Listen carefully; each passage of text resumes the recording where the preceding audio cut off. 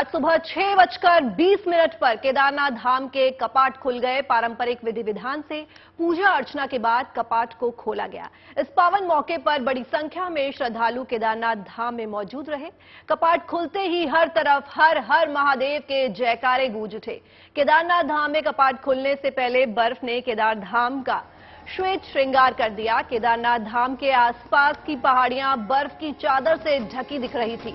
इस मौके पर आर्मी बैंड की धुन भी भक्तों का जोश दोगुना कर रही थी। सेना और सुरक्षा बलों के बैंड, ढोल नगाड़ों और बाबा केदार की जयकार के बीच केदारनाथ धाम के कपाट खोले गए तो लोगों के जोश और उत्साह का ठिकाना ही नहीं रहा।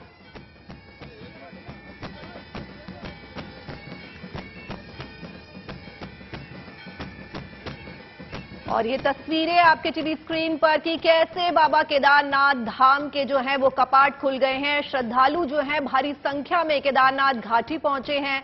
भारी बर्फबारी और बारिश के बीच भी जो है श्रद्धालुओं का जोश वही है, काफी हाई है। लोग लगातार नाच गा रहे हैं, ढोल नगाड़ों की धुन पर थिरक रहे हैं और एक तरफ जो है वो आर्मी बैंड भी जो है वो अपनी धुन बजा रहा है। और केदारनाथ घाटी का जो समा है इस वक्त बेहद ही खुशनुमा है।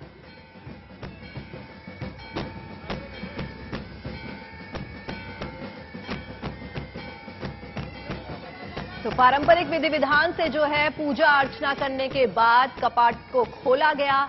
इस पावन मौके पर जो श्रद्धालु हैं वो भारी संख्या में बाबा केदार के दर्शन के लिए पहुंचे हैं। ये तस्वीरें आप देख सकें कि किस तरह विधि विधान के साथ जो है वो कपाट खोले गए। भक्तों का जो सैलाब है वो उमड़ा हुआ है और बाबा केदारनाथ के कपाट जो है वो खुल गए हैं। और कपाट खुलते ही हर तरफ जो है वो हर हर महादेव के जयकारे लगाए जा रहे हैं। जयकारों से जो पूरी घाटी है वो गूंज उठी है। बाबा केदारनाथ धाम में कपाट के खुलते ही भक्तों का सैलाब उमड़ पड़ा है।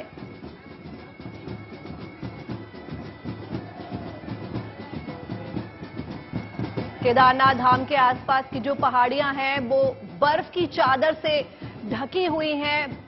काफी बर्फबारी हुई है लेकिन इसके बावजूद भी जो है वो केदारनाथ धाम के दर्शन के लिए भक्तों का सैलाब उमड़ा है। ये देखिए आप किस तरह जो है वो आर्मी बैंड जो है वो अपनी धुन बजा रहा है।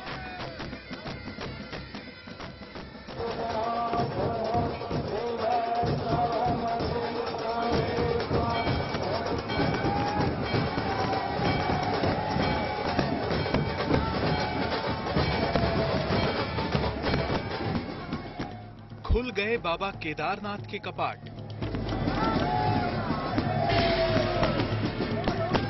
उमड़ पड़ा भोले के भक्तों का सैलाब।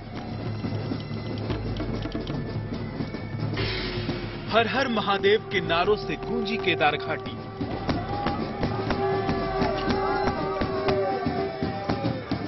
घड़ी की सुइयों पर 6:20 होते ही दरवाजे के साथ खड़े केदारनाथ मंदिर के मुख्य पुजारी जगत गुरु रावल भीम शंकर लिंग शिवाचार्य ने कपाट खोलकर भीतर प्रवेश किया।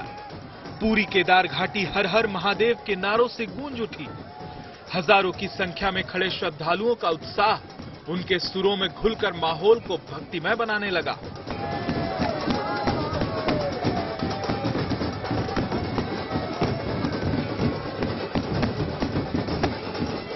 बाबा केदारनाथ के स्वागत का अंदाज भी यकीनन आपको अपनी तरफ खींचने वाला है। मंदिर के कपाट खुलने से पहले जिस तरह सेना के जवानों ने सुरीली धुन पर इसे उत्सव में बदला वो किसी का भी मन मोहने वाला है।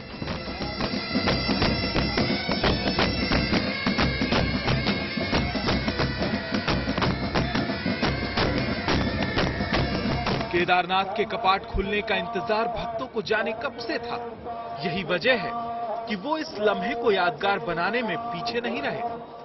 हर किसी के पास मोबाइल दिखा और मोबाइल के जरिए वो कपाट खुलने के साथ पूरे केदार धाम को कैमरे में कैद करते दिखे। हिंदुओं के आध्यात्मिक जीवन यात्रा के सबसे महत्वपूर्ण पड़ावों में से एक चार धाम यात्रा की शुरुआत 22 अप्रैल को शुरू हो चुकी है। लेकिन सबसे ज्यादा इंतजार इसी पल का था जब बाबा केदारनाथ के धाम के ये कपाट खुले। कहते हैं जहां शिव है वही स्वर्ग है, तो अगर मैं ये कहूं कि मैं इस समय उसी स्वर्ग लोक में हूं जिसे बाबा केदार धाम कहा जाता है, और ठीक सामने बाबा केदारनाथ का वो मंदिर जिसको देखने के लिए हालांकि जो कपाट है वो अभी खुलने थे आज सुबह, लेकिन 24 घंटे पहले से ही आप अगर लोगों की संख्या देखें तो यकीन नहीं होता कि ये हजारों लोग पहले ही पहुंच गए। इस बार सरकार ने व्यवस्था के तौर पर रजिस्ट्रेशन मैंडेटरी किया था कि लोग पहुंचे, लेकिन कई लोगों को जिनको रहने के लिए जगह भी नहीं मिली, रात भर उन्होंने ठंड का सामना किया। और जैसे ये देखिए कपाट खुल चुके मंदिर के, तमाम श्रद्धालु जो है बाबा के पहली झलक के लिए सीधे जो है आगे, ये साक्षात पहली झलक। और हमारी संवाददाता श्वेता झा हमसे केदारनाथ से जुड़ रही हैं। श्वेता, क्या माहौल है इस वक्त? भारी बर्फबारी के बीच भी है जो श्रद्धालु जो हैं वो केदारनाथ धाम पहुंचे हैं बाबा के दर्शन के लिए।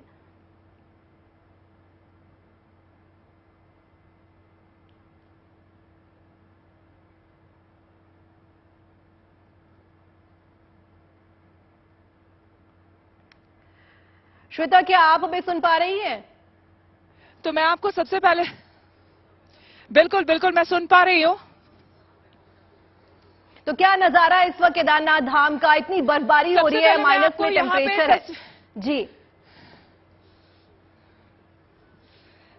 देखिए यहां पर कई फुट बर्फ जो है वो जम चुका है। यहां पर जहां कहीं भी मैं पैर रख रही हूं वो लगातार पैर जो है धंसता जा रहा है मेरा। -2 डिग्री टेम्परेचर जो है, -2 डिग्री है, बहुत ठंड है। और चारों तरफ अगर आप देखेंगे तो दिखाना मुश्किल होगा, लेकिन सफेद आपको चारों तरफ, जो हम अक्सर न्यूज रूम में बैठ करके या फिर स्टूडियो में बैठ के हम जो बोलते हैं कि सफेद चादर से ढक चुकी है पूरी पहाड़ी, तो उस सफेद चादर को हम महसूस कर पा रहे हैं, हम देख पा रहे हैं। चारों तरफ अगर आप मेरे नजर घुमाएंगे तो आप देखेंगे कि पूरा जो ये हिमालय है ये सब आपको सफेद नजर आएगा। साथ ही साथ लेकिन आपको ये भी मैं बता दूं, अपने कैमरामैन संजय को बोलूंगी कि जरा भव्य उस मंदिर की तस्वीरें दिखाएं, केदारनाथ मंदिर की तस्वीरें दिखाएं, जहां पर लगभग 14 से 15 हजार श्रद्धालु इस वक्त मौजूद हैं बाबा केदार के दर्शन करने के लिए। 2 मार्ग, मैं आपको बता दूं, 2 मार्ग से यहां पर लोग आते हैं। एक तो सड़क मार्ग है और दूसरा हेलीकॉप्टर के जरिए।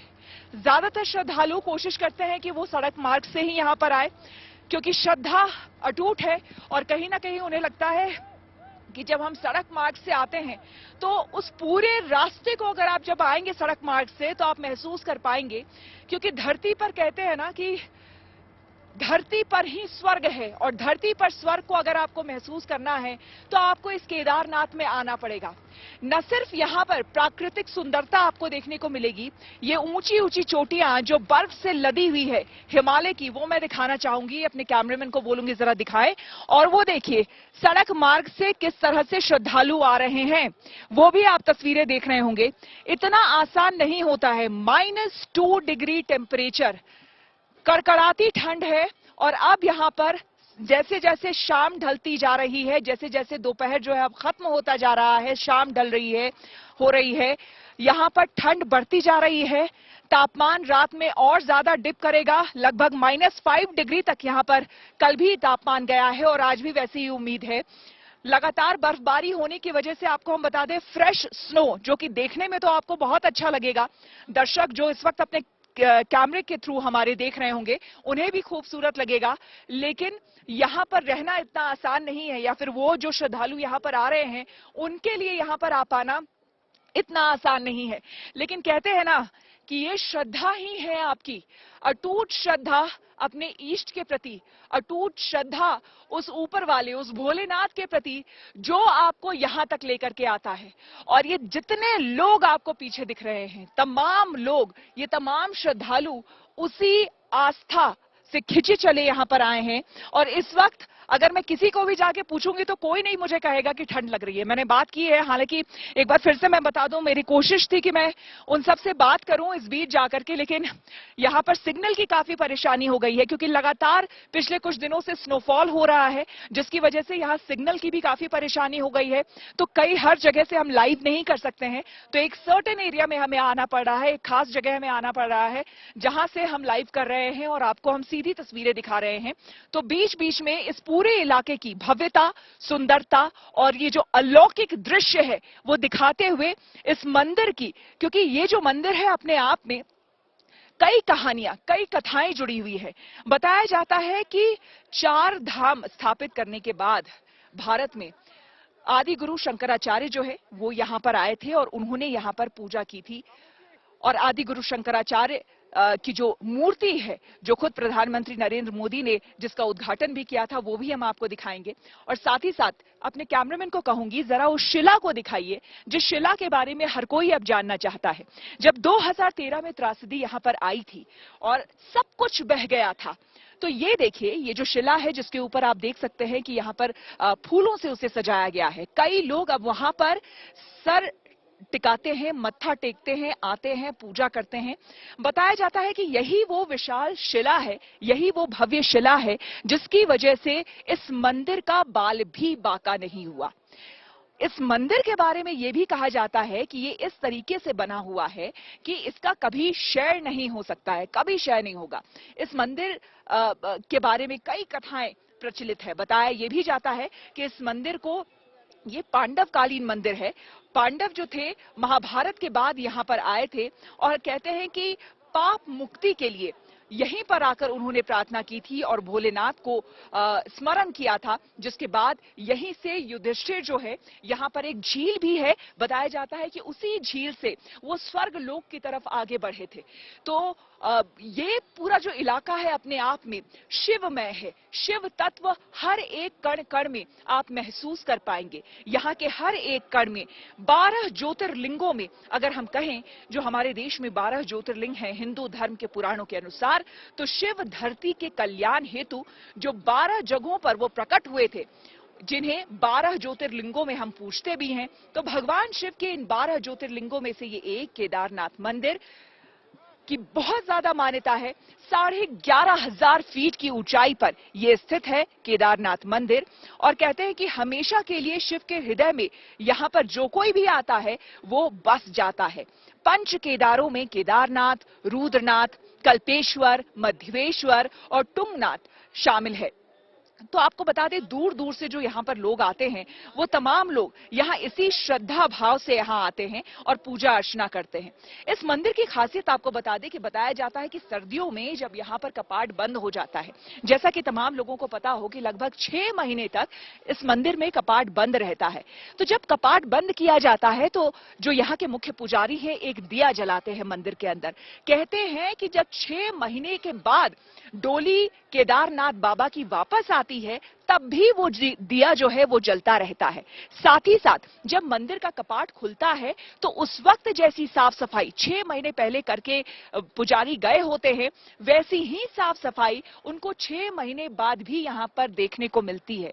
तो ये क्या है? ये बहुत बड़ा प्रश्न है कई लोगों के मन में।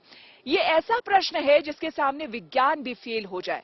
ये ऐसा प्रश्न है जिसका जवाब सिर्फ आस्था जिसके अंदर है, जो आस्थावान लोग हैं, जो विश्वास करते हैं इस आदि शक्ति में, जो विश्वास करते हैं परम ब्रह्म में, वही इसका जवाब दे सकते हैं कि आखिर ऐसा कैसे संभव है कि 6 महीने तक यहां पर मंदिर का कपाट बंद होने के बावजूद दिया जलता रहता है। 6 महीने तक कोई साफ सफाई अंदर नहीं होती है, लेकिन जब डोली वापस आती है तो उसके बावजूद यहां पर वही साफ सफाई आपको देखने को मिलती है। तो आश्चर्य नहीं तो ये और क्या है?